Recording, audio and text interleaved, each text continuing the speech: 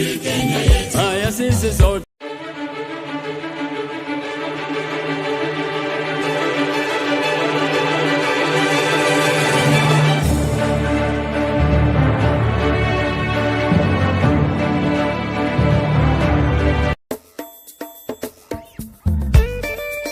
tunasonga mbele watu wote wa Jamhuri Kenya yetu. Tunasonga mbele watu wote wa Jamhuri Kenya yetu. Haya sisi sote wananchi tushangilie. Kwa Jamhuri, kwa Jamhuri, kwa Jamhuri Kenya yetu yaenda mbele. Kwa Jamhuri, kwa Jamhuri, kwa Jamhuri Kenya yetu yaenda mbele. Mwaka wa 60 umefika, tangu Kenya iwe huru. Mwaka wa 60 umefika, tangu Kenya iwe huru. Haya sisi sote wananchi tushangilie. Kwa Jamhuri, kwa Jamhuri, kwa Jamhuri Kenya yetu yaenda mbele. Kwa Jamhuri, kwa Jamhuri, kwa Jamhuri Kenya yetu yaenda mbele. Twaenda mbio kokote, Kenya yaenda mbele kokote. Waelimu twaenda mbele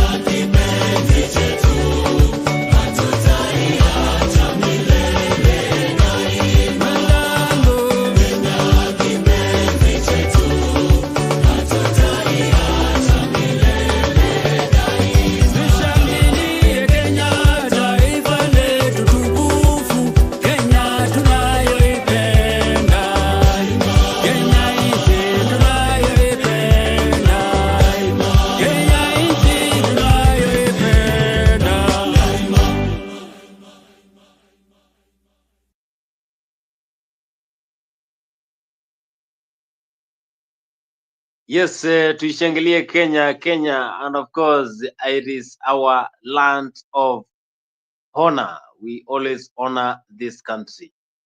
And of course, as the country celebrates 61st Jamuhuri Day after we got self internal rule, we saw how the Kenyans came out in large numbers to celebrate Jamhuri Day. Happy Jamhuri Day wherever you are. And of course, remember, Kenya is now having a democratic nation whereby Kenya is celebrating Jamhuri Day and the 61st Jamhuri Day after we got self internal rule, after we said no to the British who had came to this country to collaborate us. And of course, Kenya was collaborated by, of course, Kenya was colonized by British, and British went home and they said, now we have been done on what we came here. The missionaries, explorers, missionaries who had just come to explore. Of course, during those times when we had when you go back to a bit of history, Africa continent was referred to as a dark continent, Zench, to mean that resources that were here in this continent were not explored.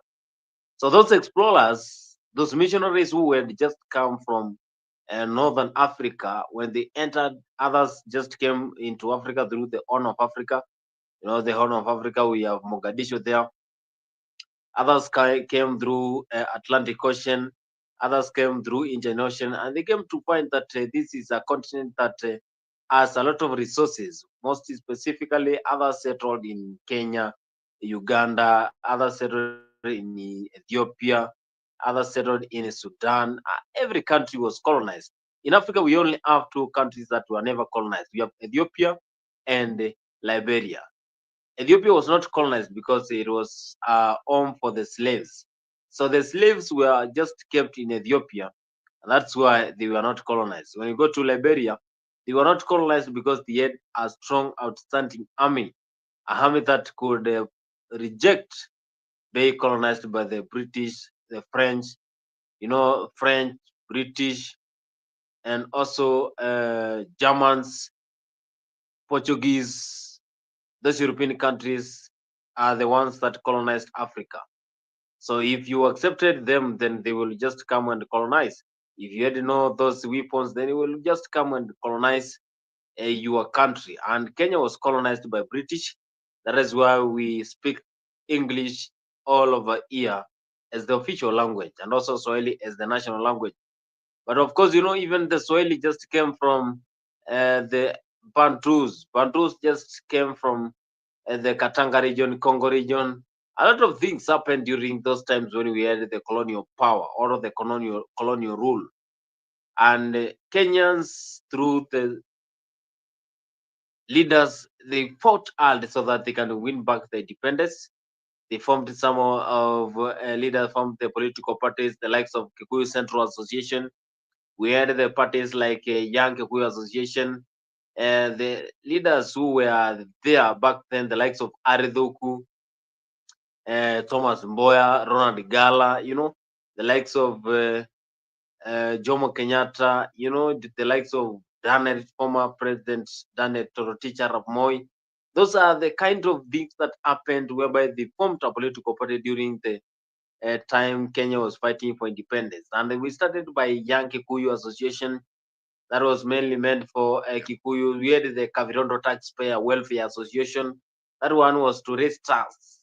The tax that was to be raised by the Kavirondo Taxpayers Association was to be used to boost the Africans and, of course, the Kenyans who were fighting for independence. For example, if they have uh, something that is missing, then they will use the tax to pay for their needs, to pay for their demands. That is a Young Kikuyu Association. We also have a Kavirondo Taxpayer Welfare Association. Those are the kind of parties that we had during the time of independence, when we were fighting for independence in this country. And all of those we had, even the First World War. The First World War was took place from 1914 to 1918. And of course, during this time, by the time the former late president of the Republic of Kenya, Director Chicha Arap Moi, was born in 1910 in Isako, Baringo County. So by the time we had the First World War in 1914, then our former late president was 4 years. So he was there during those time 4 years. That was 1914, and the Second World War we had it taking place in 1945, 1939 to 1945, and it came to an end when we had the Hiroshima and the Nagasaki bomb blasts. That is when we had the end of the Second World War, and all of those activities which happened from 1914 to 1945. From 1945, we also had in 1952 we had the state of emergency, and also in 1963 that is when we got our internal self rule. A lot of activities happened during the time when we had this fight for the independence. And it did not come just from a point of, yes, we had the Mau Mau movement led by Dedan Kimathi, whereby they could fight using those Mau Mau stones. But the British, they had those weapons. Also, we had a lot of history that happened back in those days when Kenya and other countries were fighting for independence. You go to Tanzania, they had the Wanyamwezi. The Wanyamwezi were there. We also had a lot of struggles as East African countries fought for independence. And that is what Kenyans were celebrating, whereby they were saying that happy 61st Jamuhuri Day after we got our self internal rule. The self-internal rule showed that Kenya can now have their president, and this is the time when the Kenyatta became the president of the Republic of Kenya during those times. Of course, remember this is Africa 24. Yeah, and we are discussing coming late because we had a power shortage in our area, but don't worry because every day we have show here in Africa 24 to discuss some of the top stories that we had. And you know that Kenya was celebrating Jamhuri Day. President spoke, and also other leaders spoke during the Jamhuri Day. I don't know why I'm calling it Madaraka Day, but it's Jamhuri Day. Every 12th of December, we always have Jamhuri Day. I know it is during the Xmas periods whereby some of the people are already relaxing at their places. Others are still working, but remember, in Africa 24, we give you the best platform here as we come to discuss some of the political discussion, and we come to enlighten you, and we give you those views. We give you the platform so that you can share with us on what is happening. Do you think that are you happy with what Kenyans express through the social media? Nowadays, they talk through social media, and others are saying that they are not happy after the speech that was given by the president. Others are saying that the president did not even talk something that can benefit the common mwananchi.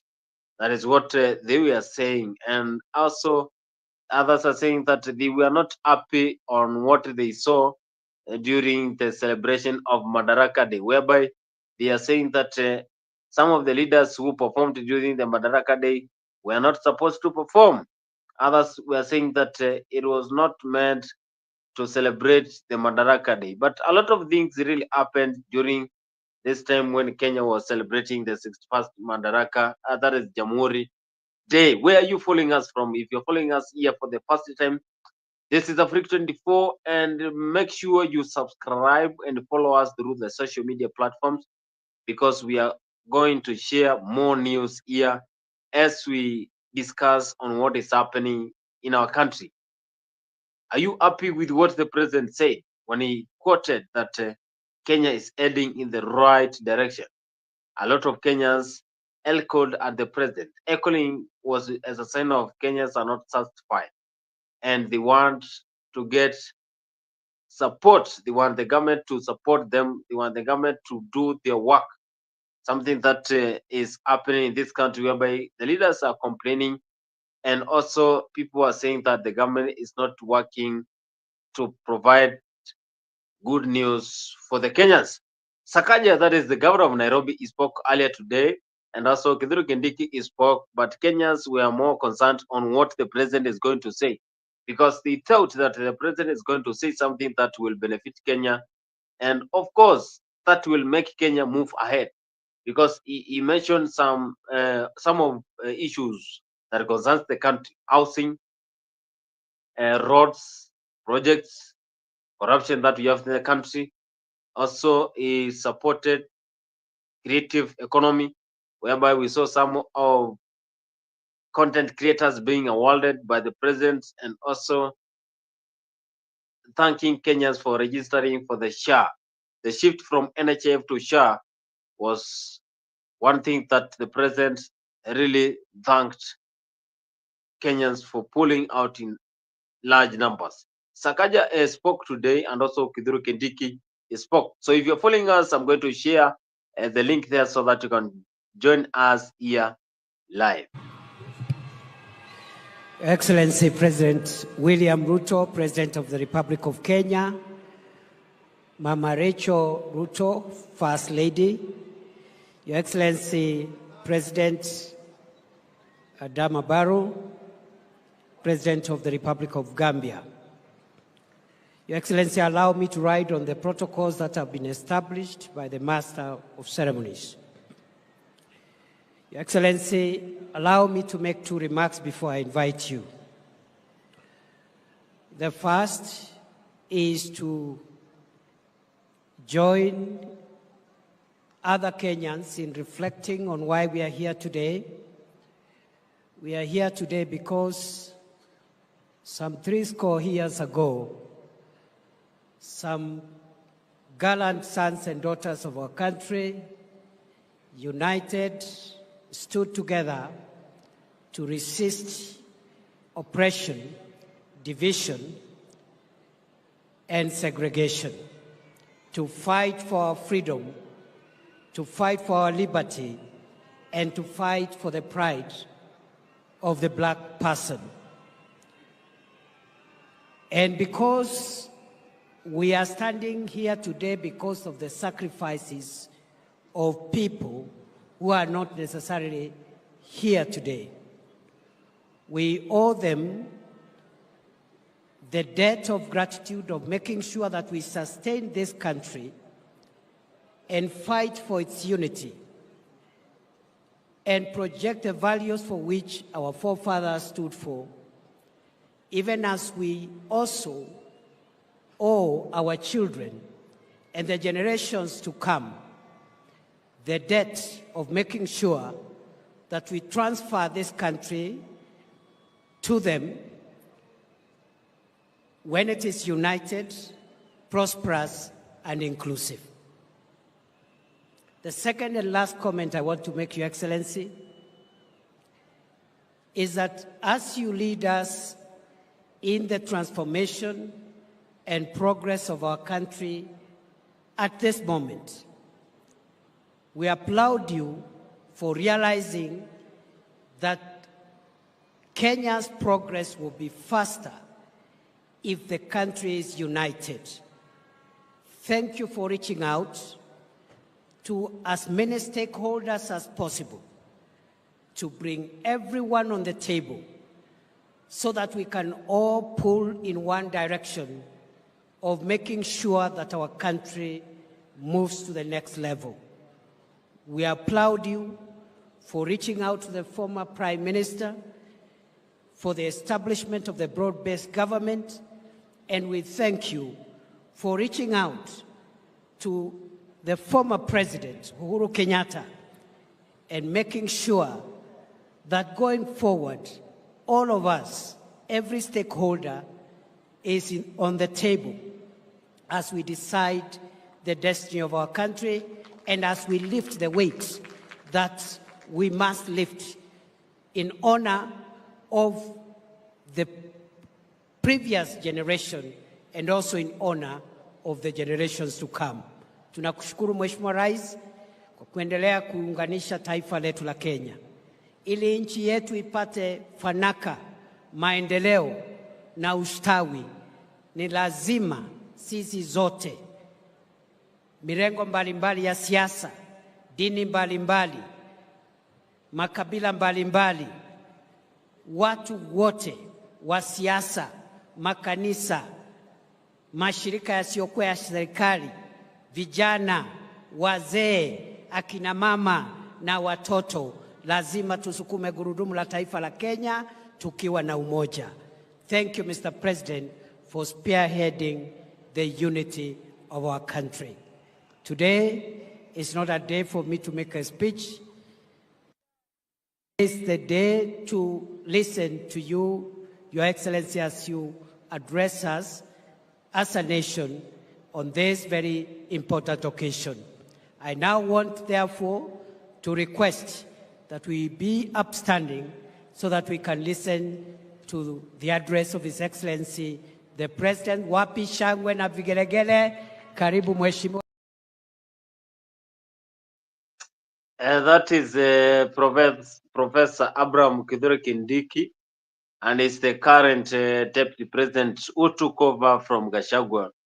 You know, Gachagua was impeached, and now we have Kithure Kindiki. He said that he appreciates President Ruto for what he did. President Ruto for making sure that he went and talked to former Prime Minister Raila Odinga and also former fourth President of the Republic of Kenya, Uhuru Kenyatta, so that they can discuss on bringing Kenya together, so that they can end what we experienced in this country, the Gen Z going back to the streets, so that they can fight for their rights, saying that they don't want the finance bill, saying that they don't want the current happening in this country. And that is why when we heard this finance bill, we had a lot of issues. The Gen Z went to the roads, they were killed, and also we had a lot of massive protests in this country. He's thanking the president for going a step ahead and talking to the former prime minister and also former fourth president of the Republic of Kenya, so that they can restore unity of this country. They can restore peace in this country after what was happening all over the country. That is Kithure Kindiki, and also saying that he is happy the president is not discriminating. The president is not allowing anyone to be tribalistic.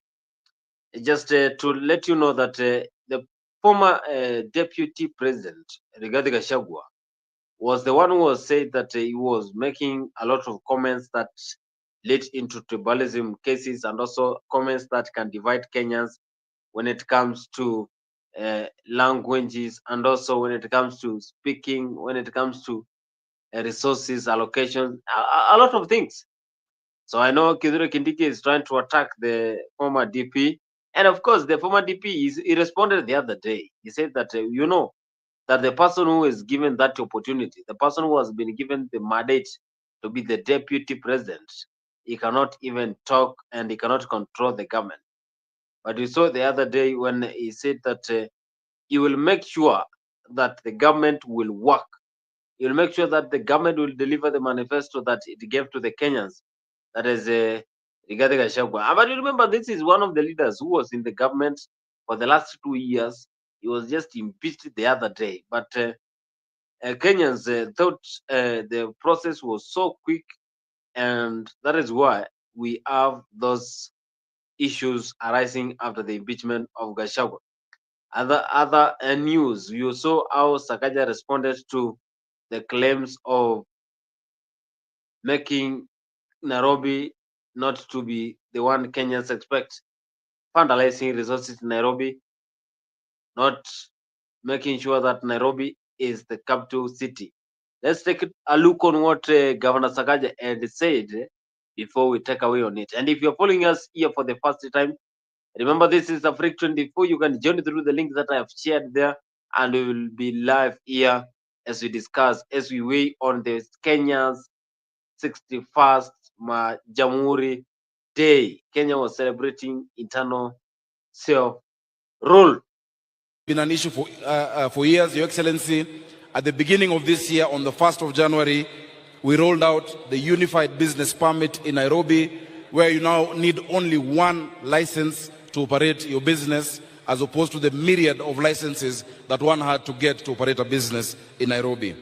Your Excellency, in other areas, we're increasing movement and easing mobility in our city, and we want to thank you for your partnership by addressing infrastructure within the capital city. With the national government, we are now addressing key roads that have been left dilapidated for many, many years. Your Excellency, just this Monday, we toured Uhuru Highway, Wayaki Way, and Mombasa Road with the Cabinet Secretary for Roads, Honorable Davis Chirchir, to make sure that that undercarriage also is restored. We're working with you on many other roads because Nairobians do not care whether it's a national road or a county road, they want their roads fixed. And I want to promise and give a commitment that next year, from the beginning, we will see a marked difference.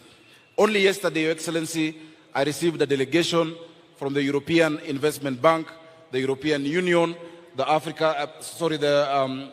French Development Agency, who have confirmed 320 million euros for line 3 of the BRT. And I hope, Your Excellency, that the final stage of approval at Cabinet will actually be made so that line 3, which comes from Dandora into the CBD all the way to Kenyatta and later to Ngong, will be completed. We are also at advanced stages on line 1, line 2, line 4, and line 5 of the core bus rapid transit system for Nairobi. Your Excellency, as you can see, the children who are here, they are very happy. Watoto wa Nairobi wana furaha sana. With your support, na unawasikia wakikushangilia. Dishina County, we have been able to hit a milestone this year. Every single day, we are feeding 310,000 children in Nairobi at only 5 shillings. Enrollment has gone up and attendance is at 100%. Each nutritious meal is a statement of love for the children of Kenya. And I want to thank you for the partnership with the national government in achieving that. Of course, with the increased enrollment, there is need for more classrooms. I want to thank you for committing to build 5,000 classrooms in Nairobi. You have given our members of parliament 1 billion shillings already to build the primary school classrooms. The county government is building 1,500 ECD classrooms so that our children can get an opportunity and a fair shot at life. Finally, Your Excellency, we want to thank you as Nairobi. We want to thank you for reaching out and reaching across the political aisle and the political divide in your efforts in uniting our country and for forming the broad-based government. Your Excellency, when there's disunity, it is Nairobians who feel it the most. We want to wish the Right Honorable Raila Amolo Odinga the best in his candidacy for the Africa Union Commission, and we also want to wish him success in tomorrow's debate in Addis Ababa. We pray that next year we shall be joined in this celebration with the newly minted chairman of the African Union Commission, Honorable Raila Amolo Odinga. We're also very happy that we saw you with the former President Uhuru Kenyatta. When these pictures of unity are seen, it increases investor confidence, it increases confidence in our country, peace and calm. As we commemorate this day, let us affirm our dedication to building a Kenya where every individual has an opportunity to thrive. Together we can transform our country. Your Excellency, you have made progress. No country in the world does not have issues, but we solve our issues together in a united way. Let us focus on what is working in our country. Let us increase our levels of optimism. I wish you all a Merry Christmas and a prosperous 2025. Kwa wale ambao watakuwa wanasafiri kutoka Nairobi, tunawajalia mema barabarani, tuwe waangalifu. Hey, that is the governor of Nairobi, Sakaja, and he's trying to thank the president for what we saw. He was congratulating them for coming together with the former president, Uhuru Kenyatta, speaking, and he's saying when the investors sees that we are united, then they will just come and invest in the country. It boosts investor confidence. And you all remember during the second term when the former president Uhuru Kenyatta was in the power, they had a lot of differences with William Ruto. but now they came together and discussed some of the issues that are affecting the country, and they kept aside their enmity. We don't know whether it was enmity or this was just a mind game to win the 2022 election, or something was cooking, or someone was used there. So we don't know. But he was thanking the president for going that milestone and talking to the former president and trying to solve issues, because you remember the Gen Z protest where we had a lot of issues. Kenyans were being conned, Kenyans lost their money, and also a lot of things happen. When you have some genuine thing you're doing, then there must be those corrupt people, there must be cons who will just utilize the opportunity. Everyone will utilize the opportunity the way it comes. If you have an opportunity, then utilize it. That is what others were doing. As Kenyans, we are trying to fight for their rights. Others, we are trying to benefit from the insecurity that we had. And he is thanking the president. That is the Nairobi governor, Sakaja, who has been in power for the last 2 years. But he has not completed some of the projects which are very key.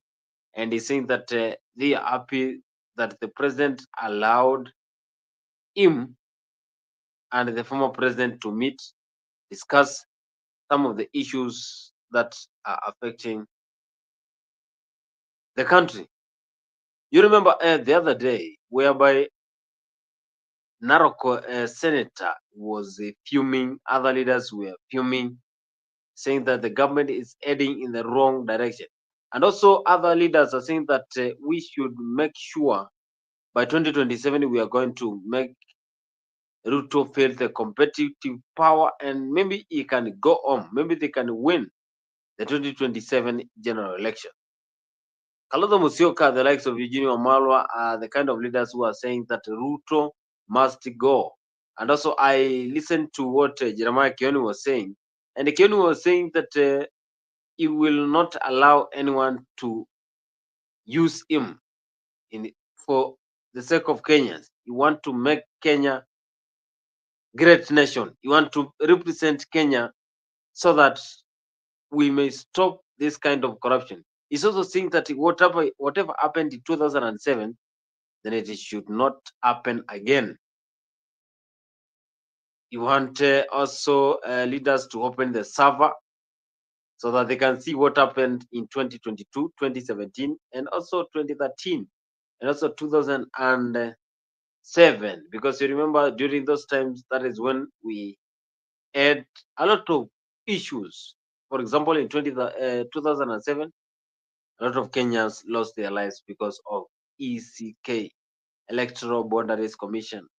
And of course, we had the former chairman who was Samuel Kivuito.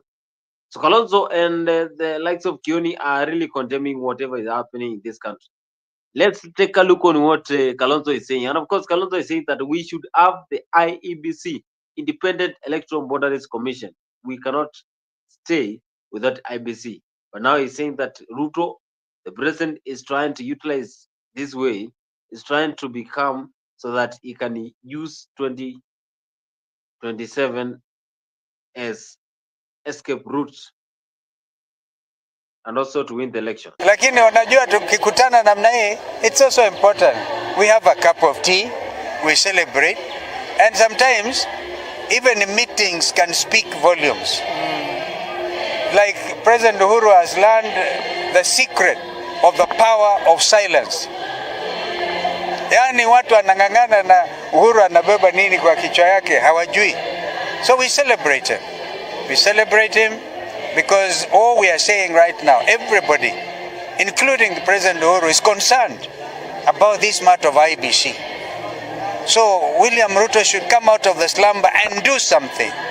The country is waiting for him. You know, they tell their proxies, because the fellows who have gone to court are the proxies of UDA. Tell your proxies to withdraw the case. Name within the next 1 week the panel And then the next few months we should have in place an IEBC. Ya mengine ya poroja ati mimi naenda kukutana na Ruto usiku. Mimi si mtu aina hiyo. Nikitaka kuona Ruto nitasema kwa Kenya, I'm going to meet him. Nimwambie organize IEBC, and I'm not saying I'm meeting him. Yeah, I'm not meeting on IEBC. It is his responsibility to do it. But they organized as a judge in Kiambu who had to give an injunction, an order to make sure that the names are not submitted to him. As simple as that. And my brother Weta knows he's part of that conspiracy. He's a very good friend of mine. He should jump out of that conspiracy. Wapeana ya majina. Yeah. Okay. Thank you. People of all types of speculation. Yeah, some others saying I've been going to state out as midnight. Awashindwe sana. Hawa ni waongo wa ajabu. For us, we are very clear on the way forward.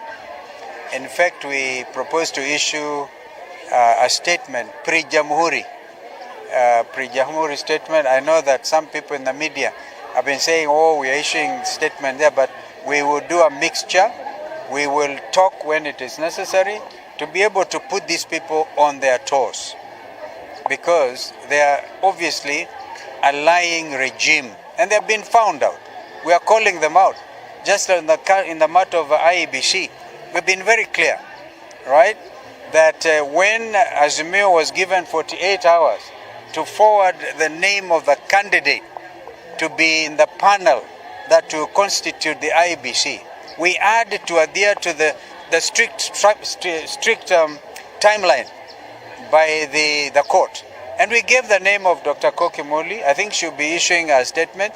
But there are people who are afraid of our abilities. They want to get user-friendly candidates. All right? So she had herself won the case. And so this is a matter where the state itself has gone to appeal. They went to court to appeal in a Kiambu court. We have said this before. And then after that appeal, they have not even prepared to prosecute the appeal, meaning they are not even interested. Speaker Wetangula had 1 week after Azimio complied with that directive of the court to forward the names to President William Ruto.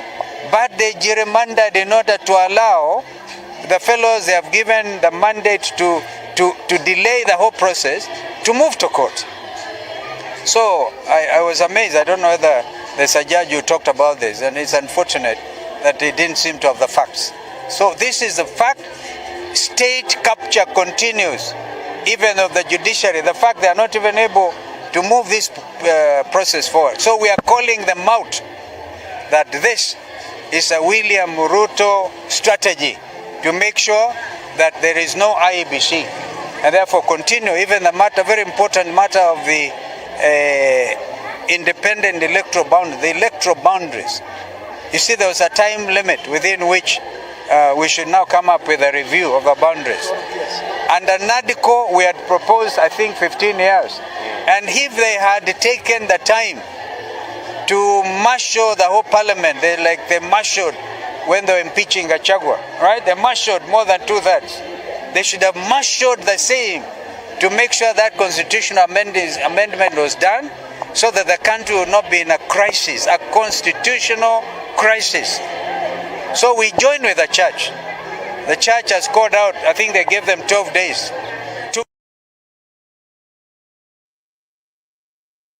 That is Kalonzo Musyoka. Kalonzo Musyoka, when he was speaking, and he was saying, we should have the IBC. This is a strategy that is being used. This is a strategy that is being used so that they can win the 2027 election. And you know, in 2027, whereby a lot of things have been cooking for 2027, a lot of issues have been raised for 2027 on who is going to win the 2027 general election. You know that Matiang'i is still cooking on who is going to support Gachagua. Of course, he has been saying that 2027 is going to be a hot one, although he was impeached. But from the impeachment, then you know that things are still not adding up. And maybe Gachagua might come back in 2027. maybe the court might allow him to vie for 2027. And that is why he was saying the youth and those who are in the government, and also if you are above 18, then you should go and register for the identification card. Why do you think he's saying that? Maybe he is still going to vie now for the president, because he was to support the president for the 10 years, and then for the next 10 years, the president will support him. So what is going to happen in 2027 is something that Kenyans are really expecting. Things might change, and there's some rumors that Gachagua might go and join Kalonzo Musyoka for the marriage, and this marriage will just bring competition to William Ruto. Also, you also have heard what Jeremiah Kioni is saying, that if they join Matiang'i, absolutely they are going to win mapema, and they are going to make William Ruto go home in 2027. Kalonzo Musyoka is also calling the president for lying to the Kenyans, and also giving a manifesto that can never be implemented, and also things that are not going to work for the people of Kenya. So do you agree that 2027 things might change? Will William Ruto be the first president to serve for the first term and also get eliminated in the second term? But whatever happened, things are just changing. You saw even today, whereby in Migori County, residents rejected President Ruto's speech for the Jamuhuri Day. And yet the same in Migori, it is where Junet Mohammed comes from. It is where there was that tour for William Ruto and his deputy, and the celebration was top notch. It was received with a lot of respect in the western part of Kenya, and also Kisumu and the Nyanza. So also in Homa Bay, whereby some of the leaders were saying that even Oburu Odinga, Junet Mohammed, and also other leaders were saying it is time to support President William Ruto and his government until the 10 years are over. As a Kenyan, you believe that 10 years they are going to change this country's situation? Are you sure that things might change in 2027? And who is this person who is going to compete with William Ruto in 2027? Because everyone also, I've seen some of the Gen Z say they are going for the president in 2027. The Gen Z have not decided on who to pick for 2027. They were saying that Makaure, but Makaure joined the ODM, and also they were saying Makaure betrayed the Kenyans. Jeremiah Kioni, who is one of the leaders in Jubilee, has been saying that they will make sure that they will eliminate William Ruto very quickly in 2027. Chirela 4, wale Chirela 4 walipoteza kazi yao kwa sababu walisema baba ameshida. Sasa amekaribia Ruto. Bwana, leta suluhu pia kwa hiyo maneno ya Chirela 4. Hawa watu wamehamishwa mpaka Kenya, wako ng'ambo na familia zao, because he stood with us. So these are some of the things that we must put on the table ili tuweze kwenda pamoja. Ule hakusema mzuri. Huyu bwana Movea, Daniel Movea, he is the chairman of Jubilee Party, Murang'a County. Mpigeni makofi. Kuna kijana hapa anaitwa Sekuda. This kijana age tu ya Gen Z, anaitwa Sekuda Junior. He is our Jubilee aspirant kule Kajiado East. Na anafuatana na sisi, na ni vizuri tuwapigie, tumkubalie na tumkaribishe. Asante sana. Next time we'll give you an opportunity, kwa sababu sasa watu ambao wanatafuta viti kwa kuongea. Hapo ndio sasa program itaanza kuumana. Lazima tujue vile program inaenda. Na muona huyu pia Joyce kutoka Laikipia na wale wengine. Hao wote ni viongozi, ni watu wanatafuta viti katika chama cha Jubilee, kila kona hii, akina Kathy na wengineo. And I want to say that ni kweli tumepambana. Mimi nimekuwa kwa hii mambo, wengine wanasema tu mambo ya sufuria. Kabla ya sufuria tulikuwa tumeumwa Waitito. Ile shida tumeona na hii serikali mlituletea hapa, haya wewe uelewi. Unaweza kufikiria tu ni hii mambo ya jana unaona. Subaru ya imekuja zamani na tumesubuana naye. And I want to thank His Excellency Kalonzo Musyoka because he has never abandoned the cause. Na tumeongea mambo ya IEBC hapa. Na mimi nataka kuongea mambo ya IEBC yale yamesemwa yote nimekubaliana nayo. But I want to add something else. Raila Amolo Odinga, you are now very close to William Ruto. Ulitupeleka maandamano, tukapigwa, wewe ukapigwa na risasi, ukisema tufugue sava. Abia huyu jamaa atengeneze IEBC. Muko na yeye kila siku. Tuache kusubuana hapa nje. That is a thing he should be able to sort out. We were fighting for it together and we were almost killed because of that mambo ya kusema IEBC na sava ifuguliwe. Na tulipokuwa tunasema sava ifuguliwe. Mimi nataka kutubu jambo lingine hapa. Mimi nilikuwa na kwanza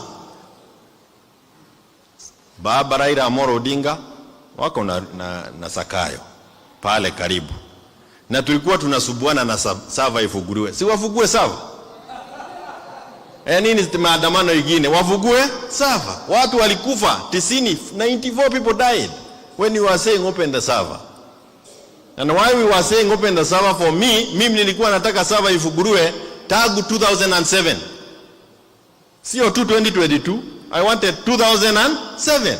Ndio tuone wale ambao wamekuwa wamesema kula imeibiwa. We see how has the stealing been going on over the years so that we can rekebisha. And why am I saying that? Is because I know those of us from Mount Kenya, our numbers are there and we have never bragged about the numbers. Ruto ndio ametuwekea hizi namba kwa meza. Sasa tunaziongelesha. Now we know we have the numbers. Now we know we have the numbers. That is Jeremiah Kioni anasema Wakikuyu wako na numbers. Wanaweza wakaeka rais pale na wanaweza wakamtoa katika kiti cha urais.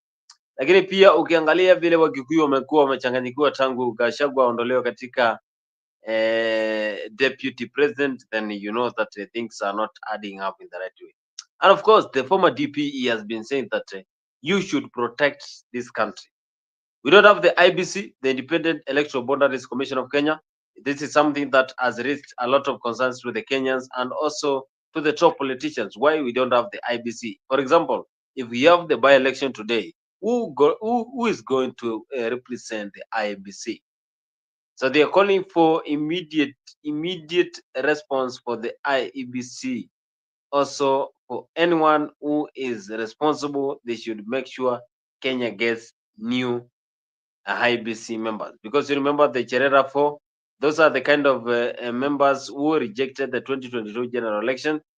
And they said they are not agreeing with what happened.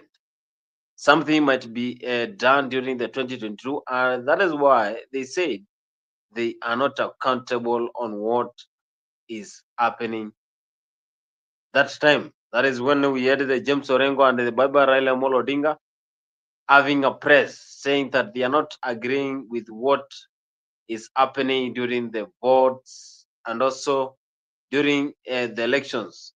That is when we saw that there are some signs Raila might have considered to President William Ruto. We don't have the IBC. I think IBC is one of the areas that most of leaders are saying it should be considered. Gachagua, earlier, he was in the church and he said that he is going to make sure the government will work. The government will provide the services that it promised to the Kenyans. The government is going to work. This is the same deputy president who was in the government. And he's saying that when he was in the government, he was not given that room to talk. Now, because he was impeached, it is the time that we are getting all those stories from him. Do you really believe that the stories that are coming from him are legit? Are the stories legit? Or is just trying to get the trust that Kenyans have been giving him so that he can win the 2027 general election?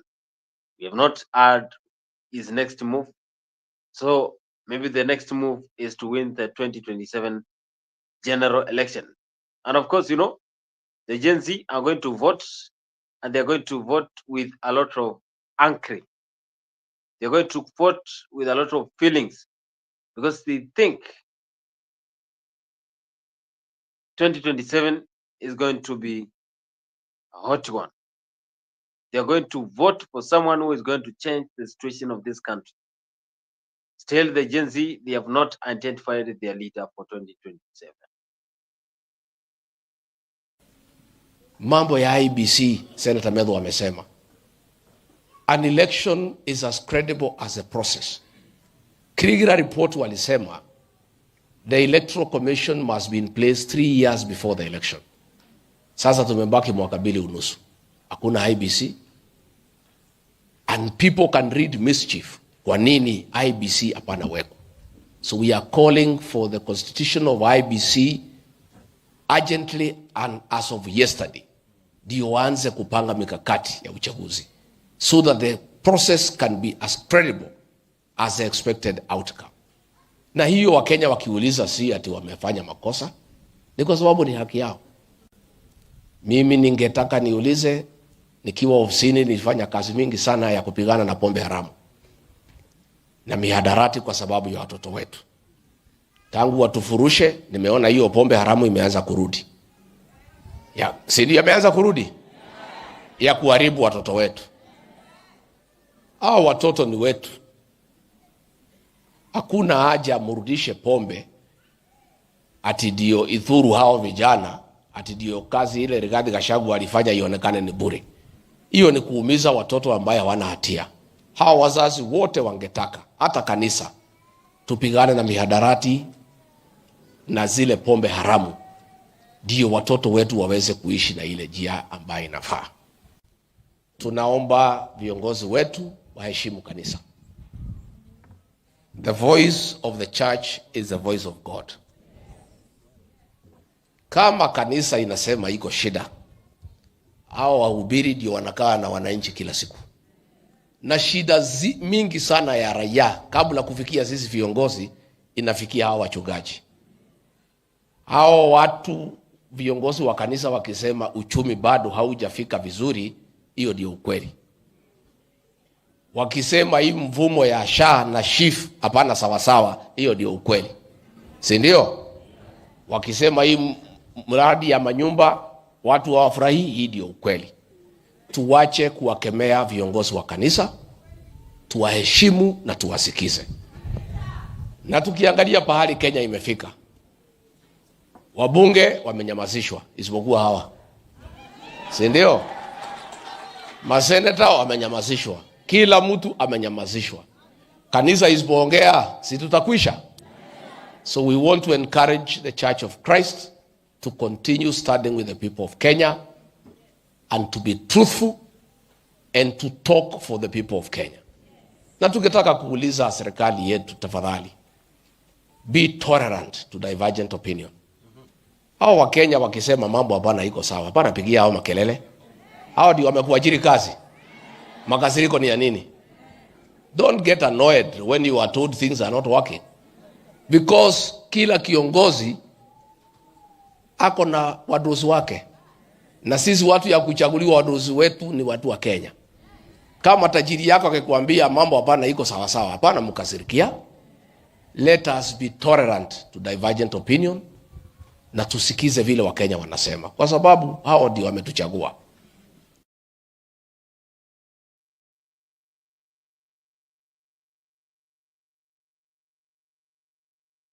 That is the former DP Gachagua. Sorry for the mistake.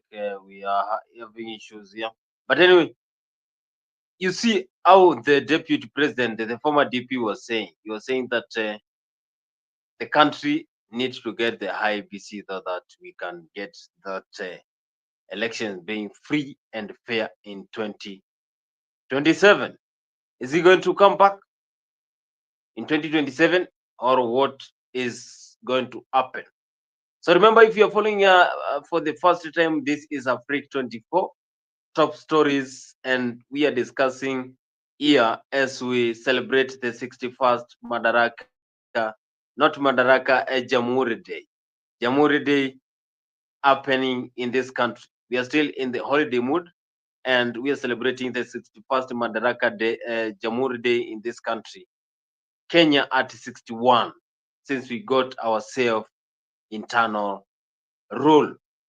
Make sure you always subscribe, like, and comment to Afrique 24, because this is the best site for the news update. For the top stories, we are always here to discuss some of the top stories that we are experiencing in this country in terms of political matters.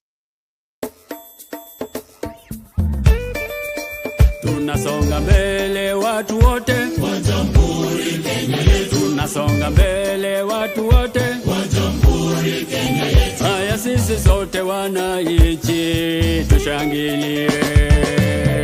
Kwa Jamhuri, kwa Jamhuri, kwa Jamhuri Kenya yetu yaenda mbele. Kwa Jamhuri, kwa Jamhuri, kwa Jamhuri Kenya yetu yaenda mbele. Mwaka wa 60 umefika, tangu Kenya iwe huru. Mwaka wa 60 umefika, tangu Kenya iwe huru. Haya sisi sote wananchi